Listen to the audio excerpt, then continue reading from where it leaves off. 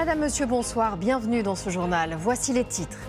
Le retour du confinement à Nice et à Dunkerque en raison d'une flambée épidémique. Depuis 18h, les habitants de ces deux villes sont priés de rester chez eux jusqu'à la fin du week-end. Une mesure qui pourrait s'étendre à bien d'autres territoires d'ici la semaine prochaine. François-Xavier Ménage est en direct de Nice. La création d'un pass sanitaire est à l'étude en France. Hier, Emmanuel Macron a évoqué la mise en place en vue d'une réouverture des restaurants et des lieux culturels et sportifs. Mais à quoi ressemblera ce pass sanitaire? Quelle porte ouvrira-t-il? Nous vous le dirons.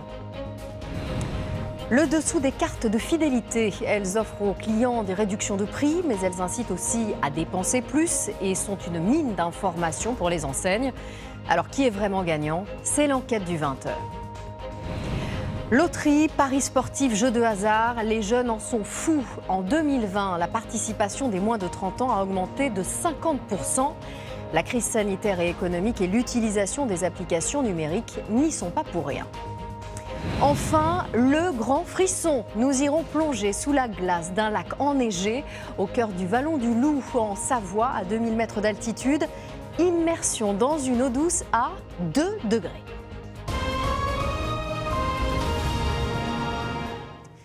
Le confinement est donc de retour depuis 2 heures maintenant et jusqu'à lundi matin, les habitants de l'agglomération de Dunkerque sont priés de rester chez eux.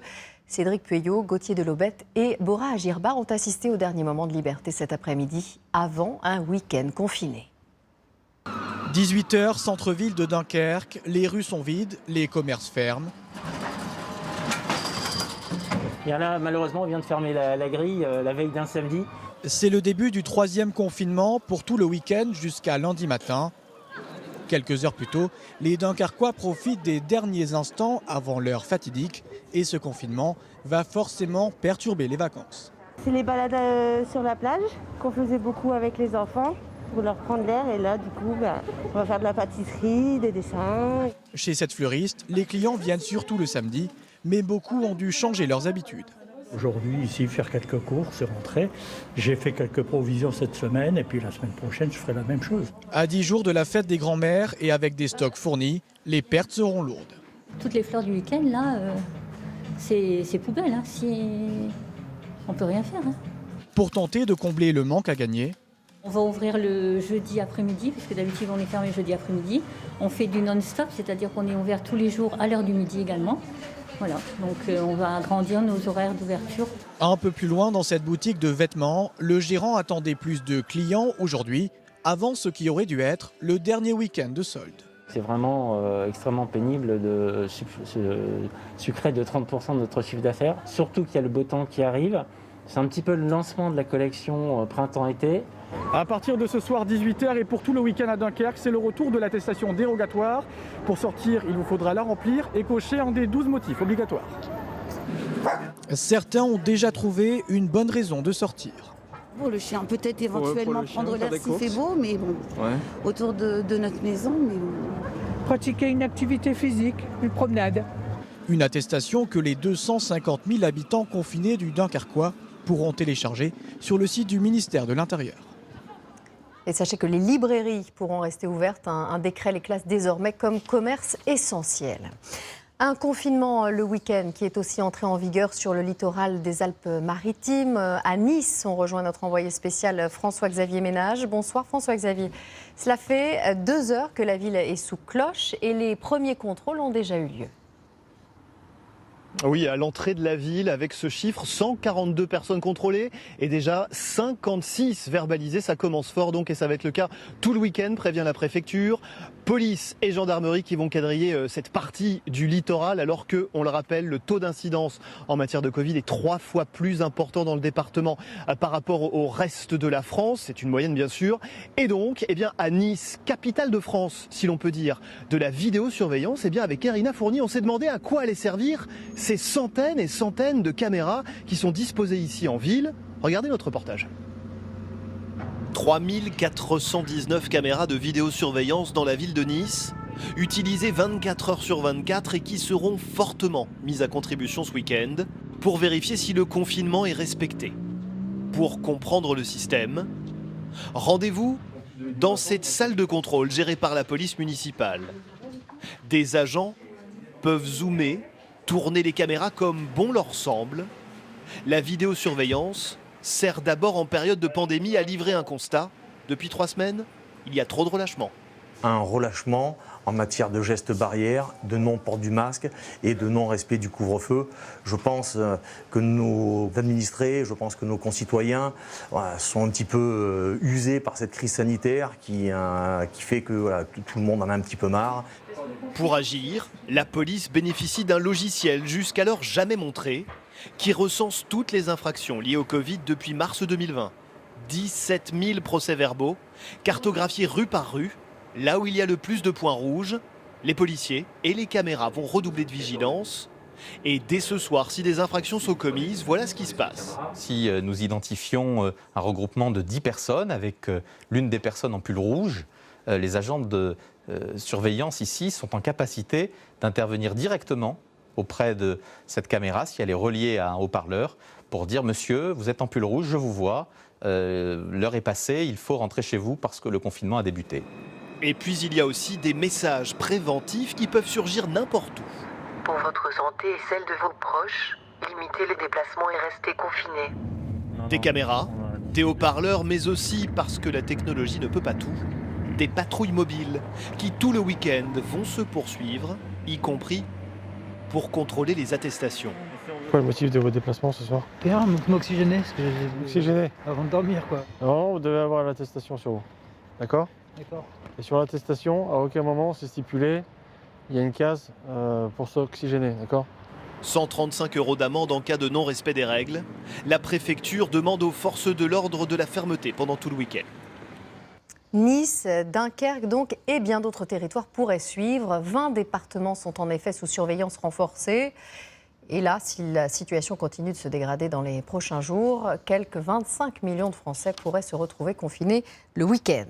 L'heure n'est donc pas à la réouverture des restaurants et des lieux culturels et sportifs, mais c'est dans cette perspective qu'Emmanuel Macron a évoqué hier la mise en place d'un pass sanitaire. Alors, à quoi va-t-il ressembler? Comment fonctionnera-t-il? Mode d'emploi avec Marie Chantret, Lucas Ajdela, Noélie Claire. Et si c'était la clé pour revoir ces scènes et profiter d'un bon repas au restaurant? Un pass pour retrouver le plaisir d'une salle de cinéma? Un sésame pour transpirer en musique, encouragé par le coach de votre salle de sport. Le gouvernement y réfléchit avec la mise en place d'ici cet été d'un pass sanitaire. Quelle forme aurait-il? Cela n'est pas encore arrêté. Carte, certificat ou très vraisemblablement une application sur smartphone sur le modèle de Tous Anti-Covid. Après s'être inscrit, vous seriez amené à scanner un QR code à l'entrée des lieux publics. Pour signaler votre présence, un pass qui pourrait comprendre les résultats de vos tests PCR, avez-vous ou non été déjà contaminé, mais aussi un certificat de vaccination qui ne sera pas obligatoire, car tout le monde n'a pas encore accès au vaccin. Je pense que l'idée du pass est une bonne idée dans la mesure où on a tous besoin de reprendre des activités. Et pour les faire avec sécurité, il faut pouvoir démontrer que justement, on n'est pas à risque de transmettre le virus. Un pass sanitaire qui va prochainement être testé dans les aéroports. Air France va le mettre en place pour ses vols à destination de l'outre-mer dès le 11 mars, selon nos informations. Et Marie Chantret, vous le disiez, ce pass sanitaire pourrait donc être le sésame pour un retour à une vie quasi normale. Le voyez-vous comme un signe d'espoir? Caroline Bell, Joséphine Devambé et Hippolyte Corneille vous ont posé la question. Ils sont restaurateurs, responsables de salles de sport ou de cinéma. Exiger un pass sanitaire à l'entrée de leur établissement? La question divise. Je trouve que c'est une très bonne idée qui permettrait d'ouvrir plus rapidement les salles de sport et surtout de rassurer les adhérents. Vous avez le passeport, vous ne l'avez pas. Il y a des gens qui vont vouloir rentrer, des gens que je connais, des habitués. Oh ben moi je veux rentrer mais je ne suis pas fait vacciner encore Stéphane, je vais le mois prochain. Vous imaginez le bazar? Si ça passe par le flashage d'un QR code, c'est des choses qu'on sait faire. Aujourd'hui, nous vendons nos places de cinéma via une application et nos spectateurs viennent avec un QR code. Voilà presque 4 mois que les Français sont privés de sorties gastronomiques ou culturelles. Sont-ils prêts pour autant à se soumettre à ce pass sanitaire pour retrouver une vie normale? Si ça peut permettre de réouvrir les restos, pourquoi pas. Je ne sais pas si vous avez vu mon téléphone, donc je ne suis pas certain que l'application va fonctionner formidablement bien. Tout à fait d'accord. Pourquoi ? Parce que c'est une façon d'ouvrir d'un côté et de protéger de l'autre. Je suis pas partante. Après, j'ai aussi envie de revivre. Donc, si on est obligé, je le ferai. Mais sur le principe, je pense qu'il y a d'autres solutions que de passer par là, quoi. Sur ce concept, il faudra donc convaincre, avec beaucoup de questions en suspens. À quelle fréquence faudra-t-il se faire tester ? Une fois vacciné, combien de temps ce pass sanitaire sera-t-il valable ? Il faudra aussi mettre au point un dispositif sécurisé et facilement utilisable par tout le monde. Et pour mieux évaluer la circulation du virus, les tests salivaires vont être davantage utilisés à l'école dès lundi. Mais les enseignants craignent de devoir s'en occuper. Une note de l'Éducation nationale semble en effet les charger du prélèvement et de l'étiquetage des échantillons. Et cela n'est pas sans faire grincer des dents. Delphine Sidbon, Mathieu Desmoulins et Mathieu Grégoire.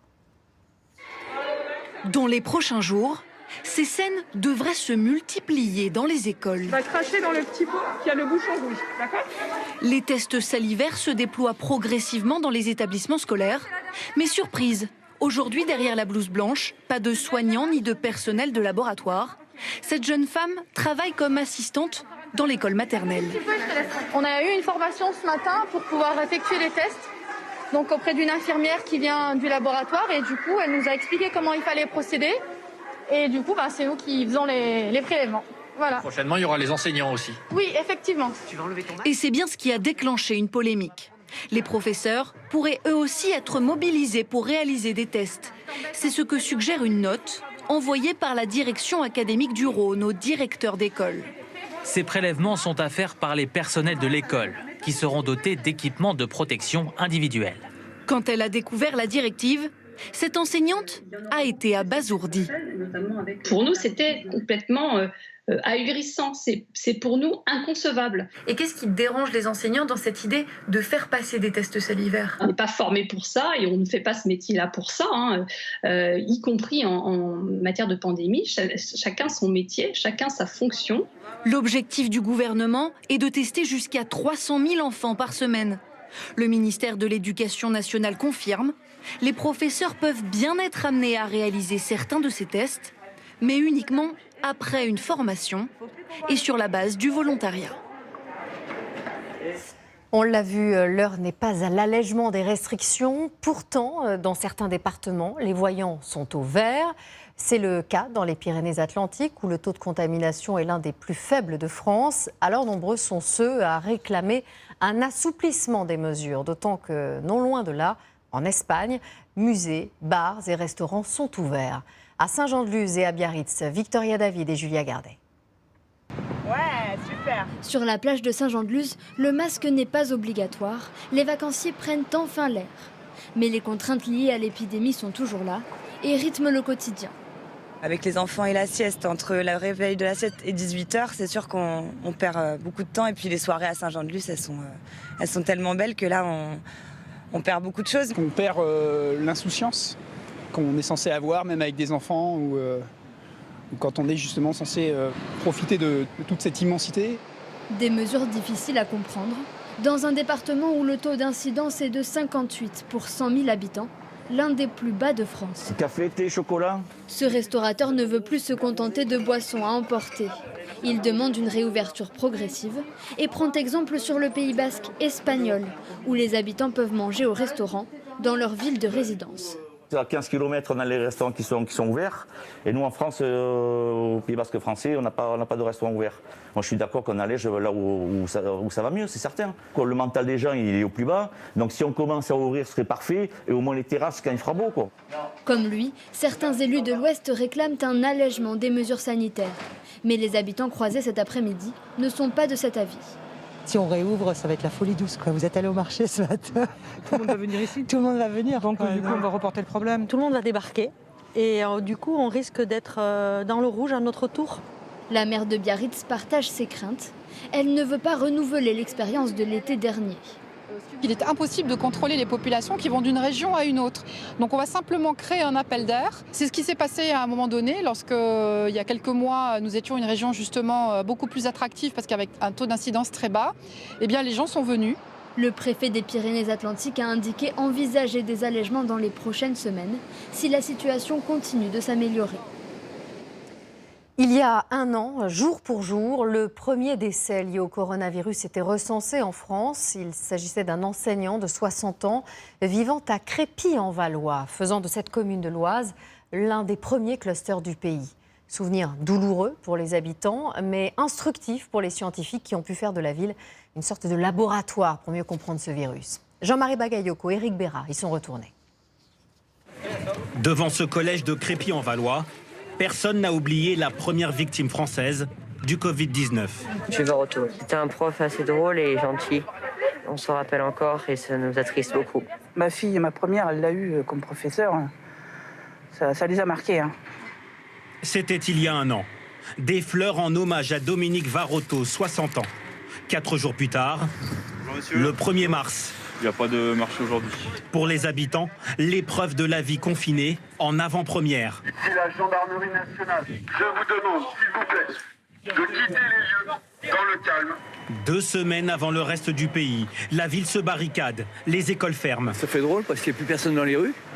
Souvenir amer, encore aujourd'hui pour certains Crépinois, le sentiment d'être devenu persona non grata partout en France. Vous êtes de Crépy, ah oui, on vous interdit ci, on vous interdit ça. Non, c'était pas vivable. Par exemple, ma fille qui travaille à Paris, dès qu'on a parlé de Crépy-en-Valois, on lui a dit tu restes à la maison.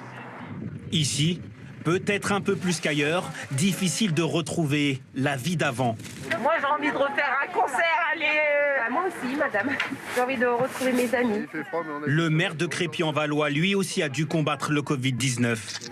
La mairie est également fermée. Le maire lui-même est porteur du virus, sans symptômes. Ça va? Votre femme va bien? Désormais, plus question de serrer des mains chaleureusement. Prenez soin de vous. Oui. Pendant la crise, sa commune a enregistré 4 fois plus de décès que d'habitude. La ville a été très touchée. Beaucoup de gens me demandent le nombre de décès avant que vous me posiez la question et la réponse, je la donnerai pas parce que voilà, ça reste quelque chose de macabre. La petite ville de 15 000 habitants porte malgré tout de nombreux espoirs. Depuis un an, l'Institut Pasteur y mène plusieurs études sur la population. Dès le mois de mars, des milliers de tests sanguins révèlent que les enfants sont moins infectés et aussi moins contagieux. Cette découverte majeure, les chercheurs la doivent aux volontaires de Crépy-en-Valois. Eux qui ont été un peu pointés du doigt au début, ont, je pense, trouvé utile et important de pouvoir participer à une recherche qui nous a permis, d'une part, d'en apprendre beaucoup sur la transmission du virus dans les écoles, et ces études, elles ont été utilisées partout dans le monde. Les recherches de l'Institut Pasteur reprendront au mois d'avril. D'ici là, l'espoir des habitants tient dans ces petits flacons. C'est déjà plein, la salle d'attente. Chaque semaine, 300 personnes se font vacciner à Crépy-en-Valois. Oui, je pense qu'on est sur la bonne voie, mais il ne faut pas relâcher la garde, on va dire. Je pense qu'on fait un peu plus attention de par ce qu'on a vécu il y a un an. Pour Crépy, je suis confiant. La sortie de crise prendra du temps. Depuis hier soir, le département de l'Oise est placé sous surveillance renforcée. Il y a un an, il était encore difficile d'imaginer à quel point l'épidémie allait bouleverser notre quotidien. Et pourtant, aujourd'hui, nos habitudes ne sont clairement plus les mêmes. La pause déjeuner, par exemple, n'a plus grand-chose à voir avec celle d'avant. Reportage de Sylvie Pinatel et Jean-François Drouillet. À l'heure du Covid, tous des règles, même la pause déj à la française. Un filet de merlu grillé. Avec du riz basmati et de la sauce. Voilà, une belle parisienne. En temps de pandémie, on ne s'attable plus, on emporte. Je mangerai dans la voiture, sinon peut-être en me baladant si je vois qu'il n'y a pas trop de monde ou quoi. Je suis chez un client à côté, donc je me suis pris un petit truc, je vais manger sur le chantier. Bon, vous avez acheté quoi? C'est un jambon beurre. Jambon beurre. J'en ai 2 là. Donc ça se passe comme ça maintenant, la pause déj? Bah c'est ça, tous les jours. Hein. Même le café, on ramène le café, on ramène tout ce qu'il faut. Le sandwich baguette au bistrot terminé. Le click and collect, fleuri sur le bitume. Et vous vous y retrouvez financièrement? Non. Ouais. Donc ça coûte plus cher? Oui, ça coûte plus cher. Dans cette rue parisienne, à 2 pas du Louvre, plus de touristes. Certains restaurateurs tiennent le pavé, malgré tout. faut quand même garder le contact et avoir quelque chose, quoi. Une petite rentrée. Quelques salariés du quartier jouent d'ailleurs la carte de la solidarité. On va juste à côté, dans un très bon italien. D'autant qu'un récent décret leur permet de déjeuner à leur bureau. Alors moi, ça va être les penne fresca à la bufala. Ce qui en temps normal est interdit par le Code du travail dans les entreprises de plus de 50 personnes. Là, soutenir les restaurants du quartier, puisqu'ils ne peuvent pas ouvrir, c'est quand même bien. C'est un quartier de bureau, donc c'est vrai que si les gens qui viennent travailler les font pas un peu marcher, c'est compliqué pour eux. Donc, Un déjeuner aux allures de pique-nique, alors vivement les beaux jours, pour profiter en prime d'une bonne sieste digestive. Et peut-être qu'en payant votre repas, vous présentez une carte de fidélité. On en a 7 en moyenne dans notre portefeuille. De plus en plus d'enseignes alimentaires, vestimentaires et culturelles en proposent. À la clé, des réductions de prix. Mais à qui profitent vraiment les cartes de fidélité? L'enquête de Charles Divot et Romain Reverdy. Dans ce paquet de cartes, vous ne trouverez pas de roi, pas de reine. Et pourtant, vous gagnez à tous les coups. Grâce à un mot qui s'affiche en gros caractères, fidélité. 8 lettres et une promesse, récompensez vos achats. Par des réductions, en vous offrant la livraison ou tout simplement en vous faisant gagner de l'argent. Ces avantages, Sophie les collectionne. Dans son portefeuille, elle a beaucoup de cartes de fidélité. 20, 21, 22, 23. 23 cartes. Ça fait une petite cagnotte un peu partout et quand je me rends dans les magasins, ça s'accumule. Et parfois, on a des bonnes surprises, on a des bons d'achat à la caisse, quoi. Vêtements, parfums, nourriture, elle fait ses courses en fonction des offres proposées. J'ai reçu une offre dans mon courrier. Pour 100 € d'achat, j'ai le droit à 30 € de réduction sur les croquettes. C'est quand même pas négligeable, quoi. Grâce à une carte totalement gratuite. Mais alors, quel est l'intérêt pour les enseignes? Quel est vraiment le prix de votre fidélité? Bonjour, est-ce que vous avez la carte de fidélité, monsieur? Cette chaîne de supermarchés revendique 14 millions de porteurs de cartes. Carte grâce à laquelle, sur plus de 500 produits, vous avez droit à 10% de réduction. Et si l'enseigne est prête à réduire sa marge, c'est qu'au bout du compte, elle réussit à gagner plus d'argent. Un client qui a une carte fidélité, il va plus acheter qu'un client qui n'a pas de carte. Ça va être un panier qui va être doublé en général. Pour s'y retrouver, la marque développe une autre stratégie, proposer des réductions sur ses propres produits. À des prix cassés, elle vend beaucoup plus. Si on veut fidéliser nos clients, autant proposer une remise sur nos produits. Ça permet aussi de communiquer dessus et puis de les faire connaître. Bref, les clients sont contents, l'enseigne aussi. La fidélisation, une technique bien rodée, créée ici en 1954 très exactement. D'abord sous forme de carnet de bons de réduction, fièrement arboré par les clients les plus dépensiers. Et 67 ans plus tard, certains l'ont toujours. Depuis qu'elle existe, parce que je fais partie des 100 premiers clients, donc je devais avoir 18 ans, et compte tenu de l'âge que j'ai, vous voyez ce que ça fait. Une carte qui a toujours été payante, 5 € pour vous l'offrir. Et vu que vous avez payé, autant s'en servir, c'est en tout cas ce qu'espère à demi-mot ce responsable, dont la chaîne enregistre 100 000 nouveaux adhérents par mois. Quelqu'un qui paye une carte de fidélité, effectivement, est encore plus fidèle. Il a un niveau de satisfaction plus important. La fidélité vous fait donc davantage dépenser. Et ça, cette start-up l'a bien compris. Son idée, transformer votre carte de crédit en carte de fidélité. Un programme financé par les entreprises pour obtenir des informations précieuses sur les comportements des clients. Ils vont pouvoir faire des offres qui vont être pour les gens qui ne sont plus clients depuis 3 mois ou pour les gens qui ne sont pas leurs clients. Et cela fonctionne, déjà 1000 entreprises se sont associées à l'application. 210 millions d'euros, c'est la somme que pourrait remporter ce soir le gagnant de l'Euro-Million, une cagnotte record pour ce jeu de loterie. Des loteries et des paris sportifs auxquels s'adonnent plus de 47% des Français, au moins une fois par an. Et parmi eux, de plus en plus de jeunes. Justine Corbillon, Valentin Depré, Séverine Fortin nous explique pourquoi. Jouer, gratter, cocher, très peu pour les jeunes. Eux préfèrent cliquer. Sur les sites et les applications de jeux et paris en ligne, les moins de 30 ans sont de plus en plus nombreux. Il faut dire qu'en ce moment... Ça peut occuper aussi un peu les journées quand on n'a rien à faire à partir de 18h, donc bon, c'est pour le plaisir de parier. Ça fait un moyen de se faire un peu d'argent, donc voilà, c'est sympa. Au 3e trimestre 2020, il y a eu une augmentation de 115% du nombre de joueurs entre 18 et 24 ans. Un public qui espère arrondir ses fins de mois sur les sites de poker ou de paris sportifs, et ça peut vite devenir addictif. Il faut que le joueur accepte de perdre fasse des pauses dans son jeu également. On ne gagne pas sa vie avec les jeux d'argent et ce n'est pas parce qu'on a gagné au début qu'on est plus fort que le hasard. C'est un peu ce qui a failli arriver à Grégoire, 21 ans. Maintenant, c'est accessible via l'ordinateur, le téléphone, donc on a toujours des publicités, etc. Donc c'est vrai que c'est assez dur de résister. Là, on a des matchs de foot, de tennis. De pari en pari, Grégoire a perdu 10, puis 20, puis 200 €, alors il y a quelques mois. J'ai fermé mon compte et je m'y suis plus remis du tout. Ouais. C'est trop tentant sinon. C'est exactement pour ça que certains préfèrent garder leurs bonnes vieilles habitudes. Moi, je suis plutôt bar tabac, parce que ça me permet de contrôler un peu plus. Quant au tirage historique de ce soir... La petite cote à 210 millions à propos de l'euro-million, ça peut être intéressant. Ouais. Et puis on n'a pas pu s'empêcher, nous aussi on a fait notre grille d'euro-million pour ce soir, à l'ancienne, papier, stylo. Promis Audrey, si on gagne, on partage avec toute la rédaction. Chose promise. C'était il y a 40 ans, jour pour jour, le 26 février 1981, un train orange atteignait 380 km/h en France. Le TGV était né, battant le record mondial de vitesse sur rail. Retour sur cette success story française avec Johan Engen, David Pires et Pascal Marcelin. Ces cheminots ont sorti leur plus belle blouse d'époque pour monter à bord d'un train historique. Celui-là même qui battait le record mondial de vitesse il y a tout juste 40 ans. Ah oui, c'est une grosse émotion pour nous. Une émotion partagée ce matin par tous ces salariés de la SNCF. Car cette machine, peinte en orange au début de sa carrière, n'avait plus roulé depuis sa mise au garage, il y a 3 ans.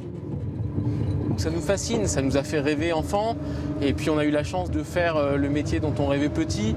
Donc être ici, c'est vraiment la consécration. L'histoire commence en 1981.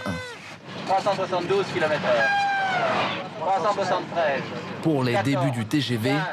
la SNCF voulait un record. Nous avons atteint 380 km/h sur la rame. À l'époque, ce record, le monde entier nous l'envie. Chinois, Allemands, Japonais, tous s'y essayent et seuls les Allemands y arrivent en 1988. 406 km/h. Piqué au vif, la SNCF répond 2 ans plus tard, 515 km/h. Puis en 2007, 574 km/h. Un record sur rail qui tient toujours, mais désormais les objectifs ne sont plus les mêmes. Aujourd'hui, on se fixe des défis toujours très importants, mais adaptés au monde d'aujourd'hui. Utiliser les capteurs pour aller chercher un 0 défaut sur nos trains, et puis accroître toujours la capacité de 600 à 740 places, ce qui est complètement inédit. La SNCF sortira ce nouveau train en 2024, mais pour ces cheminots qui continuent de bichonner cette rame à la retraite, il ne faut surtout pas oublier la vieille mécanique. Il n'y a pas d'école qui apprend à faire fonctionner un train. On apprend tout ici en fait. Donc il faut bien qu'on parte faut qu'on ait un point de départ. Et il est là le point de départ.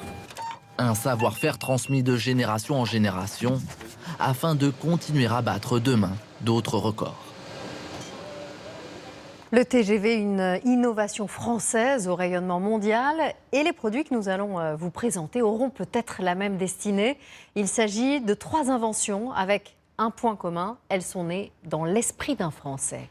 Mathieu Perrault, Michael Merle, Simon Humbleau.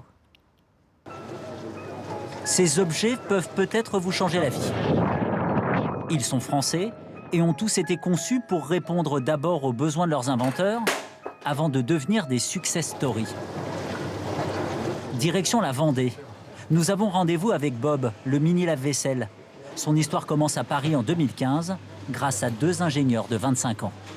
Tout est parti en fait du fait qu'on vivait dans une petite cuisine dans laquelle on ne pouvait pas poser un lave-vaisselle classique. Donc on a développé un petit lave-vaisselle qui mesure 34 cm de large, qui se pose à côté de l'évier sur l'égouttoir et qui n'a pas besoin d'arrivée d'eau. On le remplit comme une machine à café avec 3 litres et ça lave en 20 minutes la vaisselle quotidienne de 2 personnes. C'est le seul lave-vaisselle français sur le marché aujourd'hui. Il coûte 350 € et il se vend bien. Entre 150 et 200 exemplaires sont assemblés ici, chaque jour, en Vendée, et certains commencent à partir loin. On a beaucoup de demandes au Japon parce que c'est un produit qui est quand même assez sympa et dans sa version rose, on est assez proche des tons potentiellement Hello Kitty et c'est un produit qui a beaucoup de succès auprès des Japonais et des Japonaises. La couleur s'invite dans la cuisine, mais aussi sous la douche. Voici le pommeau lumineux d'Hydrao, une entreprise grenobloise. Il est esthétique, mais il est surtout pratique. Il vous aide à réduire votre consommation grâce à un limiteur de débit, mais aussi des changements de couleur qui incitent à faire attention. En France, en moyenne, une douche consomme 60 litres d'eau chaude. Avec notre produit qui consomme, lui, plutôt 6 litres par minute, d'une part, et d'autre part, l'incitation à réduire son temps, arrêter le robinet pour se savonner, tout ça, on arrive à une moyenne inférieure à 20 litres avec ce produit-là. Ce pommeau connecté coûte 70 €. Mais il promet des économies substantielles si vous changez vos habitudes en douceur en suivant les seuils que vous vous êtes fixés. Cela peut aller jusqu'à 150 € par personne et par an, de quoi séduire les particuliers, mais aussi de plus en plus les collectivités, comme la ville de Singapour. C'est très important pour eux, l'eau est une valeur très importante et ils nous ont équipé tous les HLM pour que les gens économisent 20% sur l'eau, leur consommation annuelle. Des gains économiques et écologiques, c'est aussi ce que défend cette entreprise d'Aix-en-Provence. Elle conçoit ici des smartphones et des tablettes avec un but, qu'ils durent dans le temps, même si vous les malmenez. Les appareils sont garantis pendant 3 ans, ils sont testés dans ce laboratoire. Ils sont censés rester combien de temps là, au fond de l'eau? Alors on peut les laisser longtemps. Là par exemple le test il dure 24 heures. Il y a aussi des tests de résistance au choc et à l'abrasion. Il réapparaît. Et la batterie n'est pas en reste. Test à moins 25 degrés pour cette tablette ce jour-là. Là quand on la prend, vraiment elle est froide quoi. On vérifie que nos téléphones sont fonctionnels à moins 25 et à 70 degrés. Ils sont d'abord destinés aux sportifs et aux professionnels qui travaillent dehors. Derrière ces appareils tout-terrain se cache un homme actif. Cyril Vidal. Il travaillait sur des chantiers la semaine, faisait de la voile le week-end. Il en avait assez de casser des téléphones. Il a donc conçu le Shark en 2009. Vous le jetez à l'eau et il reste en surface. Il peut même envoyer un signal, étant donné qu'il capte l'eau et qu'il touche l'eau. Il envoie un message de détresse à la personne que vous avez préenregistrée. Depuis, la gamme s'est élargie. Les appareils vont de 60 à 600 €. Et la marque vend dans 17 pays. Le signe que les mots durabilité et réparabilité gagnent du terrain chez les consommateurs du monde entier. Elles aussi sont résistantes, bien ancrées dans la langue française depuis des décennies. Les expressions comme donner un coup de fil, avoir du pain sur la planche, faire un tabac, nous les utilisons toujours sans en connaître l'origine, d'ailleurs souvent éloignées de ce qu'on peut imaginer. Christine Chapelle, Johan Jaffré et Élodie Dubosc dans les archives des expressions désuètes. Le temps passe, les mots restent. La génération smartphone se souvient-elle pourquoi on dit « donner un coup de fil ». Mon fils qui est petit, il voit un téléphone, il dit « ah, il passe un coup de fil ». Oui, on donne des coups de fil souvent. C'est vrai qu'il y en avait des fils autrefois, du téléphone au mur, de l'écouteur au combiné. Et on utilise encore certains termes qui datent des années 1900. Un des premiers téléphones était fait d'un pied doté d'un crochet auquel on suspendait l'écouteur à la fin de la communication. Le crochet s'abaissant coupait la communication. Raccrocher signifiait couper la communication. Veiller au grain. Je la connais pas celle-ci. Faire attention à ses affaires, surveiller. Ça doit être un truc d'agriculteur. Rien à voir avec les grains de blé ni avec l'agriculture. Cela vient de la marine. Le grain était une tempête que l'homme de vigie surveillait pour alerter l'équipage. Ce qui lui valait d'avoir... du pain sur la planche. Une expression qui a fait volte-face au fil des siècles. Aujourd'hui, elle veut dire... avoir du boulot. Beaucoup de travail. Je sais pas si elle est d'origine boulangère ou pas. Bref, le pain est ici symbole de surmenage. Alors qu'au 19e siècle, la formulation était plutôt rassurante. Elle signifiait être bien pourvu de provisions, vivre confortablement.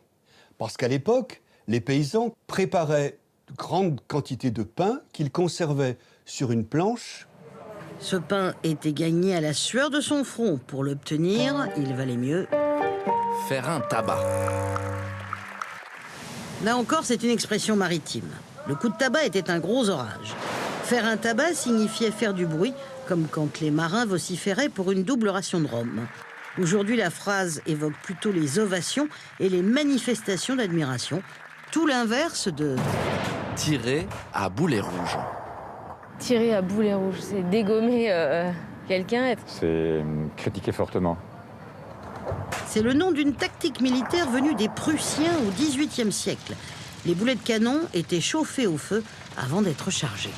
Le boulet rouge, non seulement détruisait, mais produisait un incendie que les attaqués devaient aussi combattre. Enfin, une dernière locution qui a totalement changé de sens au XIXe siècle. Faire grève. Ah, c'est un piège. Hein. Ouais. Eh oui, madame. Aujourd'hui, un gréviste s'arrête de travailler en signe de protestation. Mais au Moyen-Âge, c'était l'inverse. Les ouvriers se rendaient en place de grève pour y être embauchés, au déchargement des bateaux. C'est au XIXe siècle, quand le train a remplacé le navire, que tous ces ouvriers désœuvrés ont sans doute eu l'idée de manifester leur désappointement de façon bruyante et bien scandée, encore en usage de nos jours. Cette année, les vacances à la montagne se sont réinventées. Les remontées mécaniques étant fermées, les stations de ski ont proposé d'autres activités que le ski alpin. Et la saison, qui semblait d'abord compromise, réserve bien des surprises. Les touristes n'ont pas pour autant déserté les pistes. En Haute-Savoie, Gaël Charnet, Michael Clément. Ils ont été privés de ski, mais ont-ils trouvé le temps long? Allez, j'ai éliminé Papy, là. Visiblement pas. C'est génial. Ah mon chéri, on s'amuse? Ouais. Bon, on y va, c'est parti. Allez, 1, 2 et 3. Oubliez les pistes, c'est même un jeu d'enfant dans cette station familiale où la fréquentation a atteint malgré tout les 70%. Là, il y a une bataille de boules de neige et on est sur des choses fondamentales. On revient aux essentiels. Voilà. Le ski, c'est du... Voilà. On s'en fout. On s'en fout du ski. La fermeture des remontées mécaniques a fait le malheur des uns et le bonheur des autres. Ce parapentiste n'a jamais autant travaillé. 180 vols par jour. C'est de la folie. On en rigole, mais c'est extraordinaire. En plus, on a une super météo. Pas de forfait à débourser. L'occasion de s'offrir un baptême à 100 €. Ça fait du bien de plus avoir tout à portée de main et de se dépasser un peu. Il y a un petit dépassement de soi qui est assez intéressant. Et prendre de la hauteur. Ouais, c'est juste incroyable. Ces mordus, qui d'ordinaire dévalent les pentes à toute allure, vous feront l'éloge de la lenteur. On prend plus le temps en fait. On se presse pas à se dire vite, profitons de notre journée. On n'a qu'une semaine pour faire du ski dans l'année. Et là du coup, on profite, on marche plus lentement que d'habitude. Aurait-il eu l'idée de faire du VTT en plein mois de février? Ou de la mobilette électrique? Il faut s'incliner, faire un transfert de poids à gauche ou à droite selon le virage. Allez, c'est bien, continue. Les professionnels ont multiplié les inventions pour prouver qu'on peut glisser autrement. Moi, je suis habituée à prendre tous les matins le télésiège, le téléski, tout ça. Et là, en temps normal, j'aurais jamais pensé à faire de la motoneige. Et là, de découvrir ça, c'est encore mieux. Jusqu'à imaginer une nouvelle vie pour des télésièges à l'arrêt. Tout est différent cette année. Tout est différent, donc on profite. Des vacances au ski qui n'en sont pas, à méditer pour l'année prochaine. Et restons à la montagne pour une expérience hors du commun. Une plongée sous la glace d'un lac enneigé. Cap sur Val Thorens et le Vallon du Loup, un site totalement préservé à plus de 2000 mètres d'altitude. Une expédition exceptionnelle, vous allez le voir. Reportage 20 000 lieues sous la glace de Ludovic Romanin. C'est Julien Bervillet. Niché au cœur des montagnes, le lac du Loup est un espace préservé. Sous la glace, une eau douce à 2 degrés, éclairée par des puits de lumière creusés par l'homme. Une plongée à 2000 mètres d'altitude qui va nous réserver bien des surprises. Pour s'y rendre, les raquettes sont obligatoires en dehors des pistes. Un guide nous accompagne. Palme sur le dos, notre expédition commence par une ascension dans un paysage figé par le froid. Il fait 0 degré. La neige fraîche cache parfois quelques pièges qui nous font perdre pied. Mets-toi bien dans mes traces. Au milieu de ces grands espaces, Cette bergerie en ruine, encerclée par des empreintes d'animaux sauvages. Nous sommes sur le bon chemin. T'as plus aucun repère, quoi. Tout ce que tu vois autour de toi, c'est du blanc principalement en ce moment. Ça va être des arbres, des traces d'animaux, le bruit du torrent. Après 1 heure de marche, nous arrivons dans le vallon du Loup. Le lac fait près de 8 hectares. Il est recouvert par 20 cm de neige. Ça se mérite, hein? Un petit peu, ouais. Mais bon, la récompense est que plus belle quand tu montes avec un peu d'effort comme on vient de faire. Jean-Marc Bell nous attend. C'est un expert de la plongée sous glace. Il a commencé à creuser ce trou, 3 heures de travail harassant, avec de grands moyens. L'ouverture doit être suffisamment grande pour sécuriser les entrées et les sorties dans l'eau. Il a découpé cette glace sur plusieurs dizaines de centimètres d'épaisseur. Elle est bonne, Jean-Marc? Ouais. Jusque-là, ça va. Là, on a 70-80, ouais. Pas loin d'un mètre. Ah, pas presque. C'est physique, hein? Ouais, c'est physique. Et puis surtout, à l'altitude, c'est physique. Cet entonnoir est notre seule voie d'accès. Dans l'eau, les rayons lumineux traversent le plafond gelé pour nous offrir cet instant de poésie. Nos bulles d'air sont bloquées par la glace. Elles glissent, se déforment et tentent en vain de rejoindre la surface. Un spectacle unique, captivant. Le temps semble ici suspendu. Tout comme la vie dans ce lac, plongé dans l'obscurité des profondeurs. Une ligne de vie nous ramène à la surface après 1 demi-heure d'immersion. Très, très, très silencieux. Il n'y a pas de bruit. Pas de bruit, juste les bulles. Juste que nos bulles. Et en dehors, rien du tout.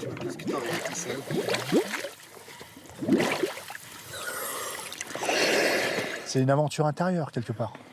Où on est forcément émerveillé par le milieu dans lequel on est. Mais on ne peut pas être stressé d'être dans un endroit confiné?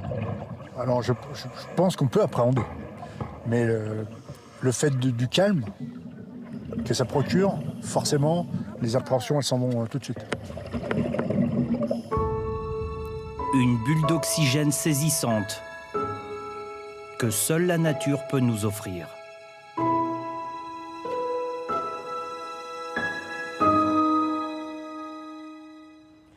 Et passons de la glace au feu avec ces images spectaculaires. Elles le sont toujours. De la dernière éruption de l'Etna.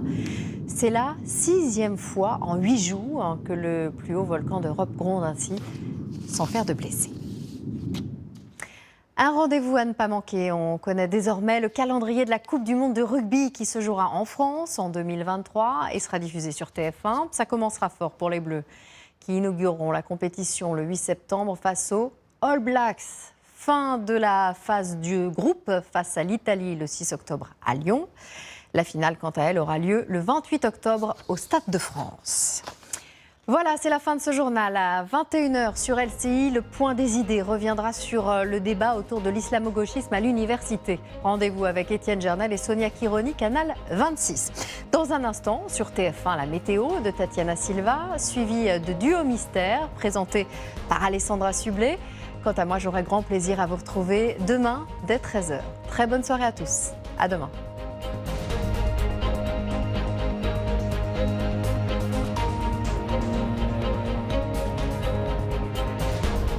Retrouvez toute l'info sur LCI, canal 26.